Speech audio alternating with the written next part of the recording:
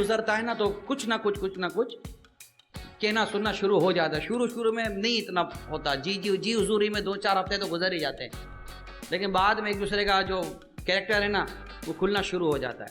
एक बोलना करना, कपड़े वगैरह, खाने पीने में, देर सवेर उठने जागने में, और फिर खुदा ना खास्ता हो फिर शादी से पहले ही सारी तरकीबें बनी हुई थी, लव मैरिज करके घूम का फिर कर तोहफे तहाइफ देकर अगर शादी की तो ज़्यादा फंसता है, क्योंकि शादी से पहले खूब तोहफे देता है, शादी के बाद घर का खर्चा भी पूरा नहीं देता। वो भी कहती है कैसा आदमी था, शादी से पहले घड़ियाँ देता था, मोबाइल देता था, आइसक्रीम खिलाता था, अब तो पता नहीं को मतलब कि कोई सही खाना भी नहीं खिलाता घर का। बॉयफ्रेंड गर्लफ्रेंड तो रही नहीं, मैं भी हो गए, और वो उसको अपने शोर में बॉयफ्रेंड ढूंढ रही है। भाई नहीं मिलेगा बॉयफ्रेंड, वो कबूल है करके बॉयफ्रेंड खत्म हो गया, और उसने भी जो कहा ना कबूल है करके वो अब गर्लफ्रेंड नहीं है, वो बीवी बन गई। अब हो गए दोनों के हुकूक, और तुमने वो जो बॉयफ्रेंड और गर्लफ्रेंड के नाम पर जो तोहफे दिए थे ना, दोनों हराम और रिश्वत थे। जी हाँ, ये जो बॉयफ्रेंड गर्लफ्रेंड को जो तोहफा देते हैं ना, गिफ्ट, ये हराम और रिश्वत के हुक्म में, ये शरई मसला बयान कर रहा हूं मैं। अब आप सोचो वापस कैसे ले लें। अब हो गई शादी, थोड़े अरसे के बाद प्रॉब्लम शुरू हुआ। मैं आपके सामने एक सिचुएशन रख रहा हूँ। अब आप जाते हैं दावत में, आप दावत में गए। हमारे यहाँ बदकिस्मती के साथ दावत इतनी बेशर्मी पर मबनी होती है, जैसे ही आप अपने, एक तो बीवी भी सच धज कर आती है, शोहर ने भी आज अपने कपड़े, हालांकि घर से लड़कर निकले हैं ये, अब दोनों पहुंचे दावत के अंदर, और दावत में पहुंचेंगे ना, गाड़ी में अंदर से निकलेंगे, देखो मुस्कुरा के अंदर दाखिल होना, खबरदार। आओ वो गाड़ी में 2 मिनट तक दूसरे अपना मूड बनाने में लगे, पूरा रास्ता चुप रहे, दोनों मुंह खुले हुए थे दोनों के, लेकिन जाना था दावत में। जैसे ही दाखिल होंगे, ओ आइए। अब सोचो जरा, मैं गैरतमंद मर्दों से बात कर रहा हूँ, गैरतमंद मर्दों से बात कर रहा हूँ। अगर गैरत है तो मेरी बात समझो। आप जैसे ही दाखिल होते हो, सामने से आपको जो होस्ट होता है लेता है, फौरन कहता है अरे आइए भाभी, बहुत बड़े, वाह भाभी, अच्छी, वाह भाभी, सो नाइस, बहुत अच्छी लग रही है आप। गया, ये शोर भी मुंह देकर आएगा, अरे मगर वो खुश है क्योंकि उसकी गैरत का तो जनाजा निकला हुआ ना, फ्यूनरल एरिया में चली गई इसकी गैरत, तो उसके सामने उसकी बीवी की वो तारीफ कर रहा है। और थोड़ी देर के बाद उसकी बीवी आएगी जो होस्ट है, भाईजान, अच्छा वो बीवी औरत को तो पूछती कोई नहीं है, मर्द आकर उसकी बीवी को पूछेगा, बीवी आकर उसके शोर को पूछेगी, अरे भाईजान अब आ गए, बहुत देर हो गई थी, कहाँ रह गए थे, बस मैं यहीं था।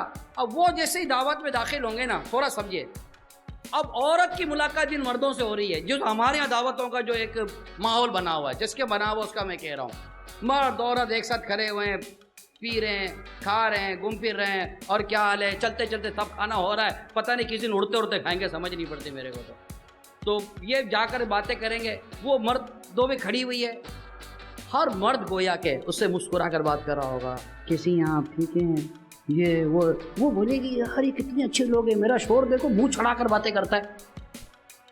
और वो जिस औरत के पास जाएगा ना, अरे भाईजान आप कैसे हैं, जी आप ठीक हैं, बहुत अच्छी ड्रेसिंग की आपने, क्या, वो बोले यार कितनी अच्छी औरत है, कितनी खुश अखलाकी के साथ बात कर रही है। हालांकि ये जो 2 मर्द और खुश अखलाकी से बात कर, ये भी 2 मियाँ बीवी लड़े हुए थे, मगर ये गैरों से बात हो रही है। वो ये बोलेगी यार यहाँ मर्द अच्छा है, वो बोलेगी औरत अच्छी है, यहाँ और मजीद दूरियां पैदा होंगी। अब ये घर जाकर बोलेंगे तो तेरे को तो बात करने की तमीज़ नहीं है, देखो वो मिसिस फला, वो देखो वो मिस्टर फला, वो कैसा मुस्कुरा कर बात कर रहा था। अब ये दोनों गए, उसके भी घर को टूटने का भी थोड़ी देर रह गई है, इसका घर तो भी थोड़ी देर रह गई है। क्यों? हमने इस्लाम के उसूलों को तोड़ा, ऐसी दावतों से अपना रिश्ता जोड़ा, अपनी औरतों को बेपर्दा लेकर गए, बेपर्दा औरतों में हम गए, इस कल्चर को हमने कबूल किया। आज इस कल्चर के अंदर मुसलमान मर्द की औरतें गैर मर्दों के हाथों में हाथ डालकर डांस करती हैं, उसकी बीवी उसके साथ नाच रही है, उसकी बीवी उसके साथ नाच रही है, वो किसी और की बीवी के साथ नाच रहा है, फिर कहते हैं घर क्यों टूट रहा है। अब घर टूटने में रहा क्या? ये घर, ये शीशे का मकान था, तुमने गैर शरई पत्थरों की वो बरसात की अपने घर पर कि शीशे का घर टूटना ही था।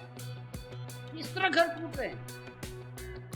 नेक लोगों के घर आपको कम टूटते मिलेंगे, मैं नहीं कहता नेक लोगों के घर नहीं टूटते होंगे, सम टाइम ऐसा हो जाता है कि ये कुछ भी नहीं हुआ होता जो मैं कह रहा हूं, फिर भी घर टूटते हैं, मगर इनका रेशो आपको कम मिलेगा।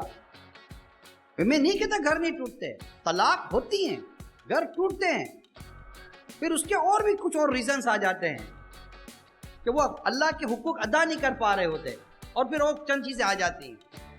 एक तो ये भी एक बुनियादी वजह मुझे नज़र आती है, हमने जिस कल्चर को अडॉप्ट किया उस कल्चर के अंदर इस तरह की चीज़ें सामने फैमिली के अंदर दाखिल हो जाती हैं। इसी चीज़ हमने अपने घर को एक लिमिट के अंदर चलाने के बजाय अपना बजट ओवर किया हुआ होता है। ख्वाहिशात, आने जाने में ख्वाहिशात। अब मर्द उसकी ख्वाहिश नहीं पूरी कर पा रहा, उसकी हर चीज़ डिमांड पूरी नहीं कर पा रहा, उसके कपड़ों की, उसके कॉस्मेटिक्स की, इन चीज़ों को पूरी नहीं हो, वो घर में लड़ रही है।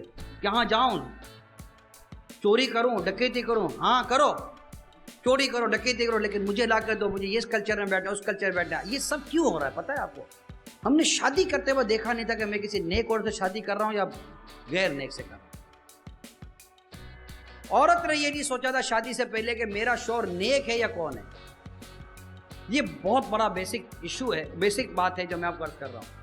शादी के लिए रसूल पाक सल्लल्लाहु अलैहि वसल्लम की तालीमात बड़ी वाज़ेह हैं कि शादी के लिए जिस औरत को प्रीफर किया जाएगा वो नेक है, मर्द को प्रीफर किया जाएगा वो नेक है, नेकी को प्रीफर किया गया है, नेकी को प्रायोरिटी बेस पर लिया गया है। हमारे नेकी और परहेजगारी प्रायोरिटी पर नहीं है भाई। अगर मिसाल के तौर पर माँ बाप भी अगर लड़की को देखने गए बेटे के लिए, तो कब पूछा था कि बेटी नमाज कितनी पढ़ती है, पर्दा कितना करती है? नहीं, पढ़ी लिखी कितनी है, पहला सवाल। फिर दिखती कैसी है, दूसरी ऑब्जर्वेशन। खानदान वगैरह देखा, शादी हो गई। लड़का दिखता कैसा है, पहला। लड़का कमाता क्या है, दूसरा। अब ड्रग्स बेच के कमाता है, मोबाइल चोरी करके कमाता है, 2 नंबर का काम करके कमाता है, गलत डॉक्यूमेंटेशन करके कमाता है, करप्शन करके कमाता है, क्राइम करके कमाता है, क्या करके कमाता है। इसकी डीप पे जाने के लिए तो बेटी के बाप को फुर्सत नहीं है। वो तो अल्लाह ना करे पकड़ा जाएगा शादी के बाद, तो पता चलेगा हाय अफसोस, मुझे क्या पता था कि ये तो क्रिमिनल है, हम तो कमाता अच्छा है। बाहर मुल्क में भेज दो बेटी को, वो बुला भी लेते हैं कि यार उसको ले आओ, पासपोर्ट होगा नहीं, यहाँ आकर दब कर रहेगी, वो बुला लेते हैं। ये नियत ही खराब है ना हमारी। इसे शादी करोगे तो पेपर बन जाएगा, इसे शादी करोगे तो स्टेटस बन जाएगा, इसे शादी करोगे तो पासपोर्ट बन जाएगा। लड़के ने भी शादी की थी तो इसका मकसद घर चलाना था कि डॉक्यूमेंट बनाना था, पासपोर्ट बनाना था, क्या था? ये सब चीजें जो मैं बयान कर रहा हूं, इसके बाद हम कहते हैं घर चल नहीं रहा है। जब नीयत ही हमारी सही नहीं है, इरादे ही हमारे सही नहीं है, हम सोचते भी सही नहीं है, तो फिर क्या होगा? वो लड़की बोलेगी ये करो, बोलेगा मैं नहीं करता। का करते करो, तुमने मुझसे शादी की इसलिए थी। लड़की भी कोई मतलब बच्ची थोड़ी है, उसको सब पता है कि आपने शादी क्यों की थी। ये भी एक रीजन बनता है जिसकी वजह से घर टूटते हैं कि हमारी नीयतें सही नहीं होती, हमारे इरादे सही नहीं होते। एक दूसरे पर बदगुमानी ना करें, एक दूसरे को इधर उधर दावतों में लेकर वाकई अपने कल्चर को ख़राब ना करें, अपने घर को ख़राब ना करें। मेरी बात समझें, कोशिश करें।